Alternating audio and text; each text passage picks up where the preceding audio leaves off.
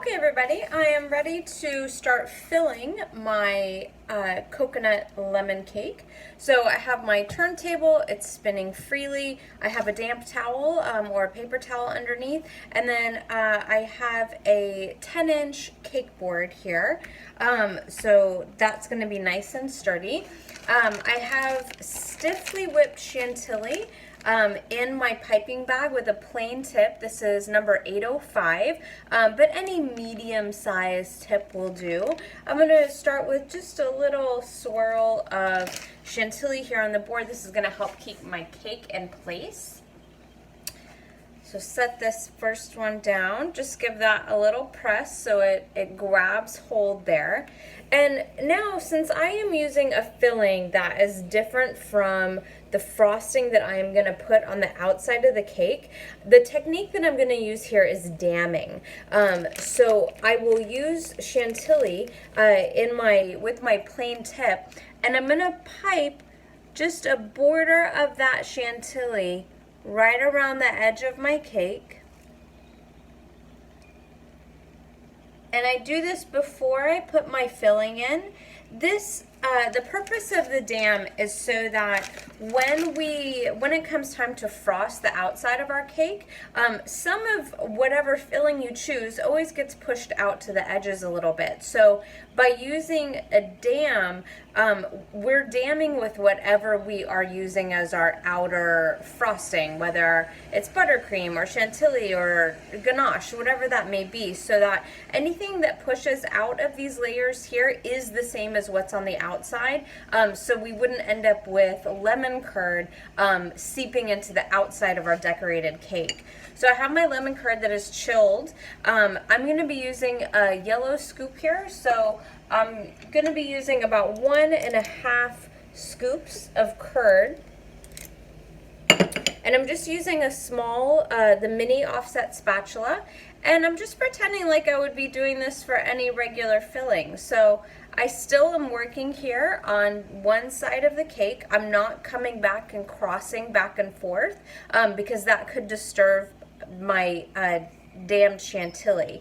So I'm moving the curd around, but I'm just sort of using the tip of the spatula to push that where I need to be so that I'm not ever actually touching the Chantilly. So you're thinking about that Chantilly in the same way that we think about touching cake. Whenever we are frosting, we always want to never touch the cake with our spatula, so we're thinking of the Chantilly in those same terms as well. So now I'll put my next layer on.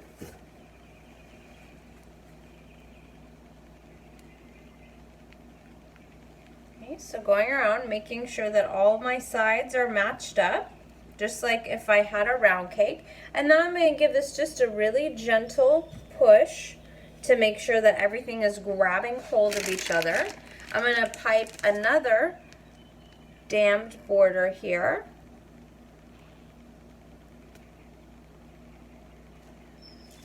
And make sure when you're piping that you're up above the cake so that the Chantilly is flowing out of the bag and you're getting the full size of the tip. You don't want to be too close to the cake, and the size of that tube that we're piping would flatten out.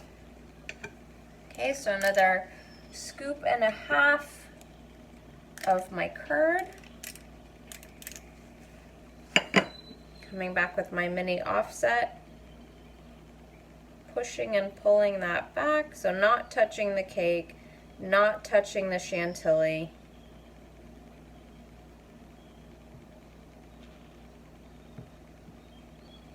And I'm still making sure that I'm creating even layers.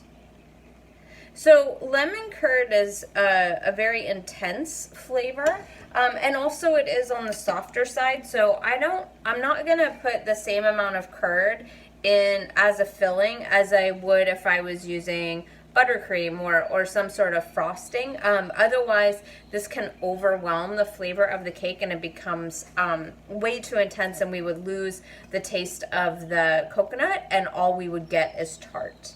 Okay, and now for my final layer. So my pieces of Dacquoise that I've put on so far, I've been putting them all on upside down. So basically the parchment side where that was is up. For my top layer, I'm going to go ahead and turn this over. I want to have a smoother surface that crust area will give me, as opposed to something that maybe crumbs would lift up on, anything like that. So now that I see that all my sides are lined up, I'll go ahead and I'll give that just a little press again, make sure everything's in place, and now I'm ready for my final coat.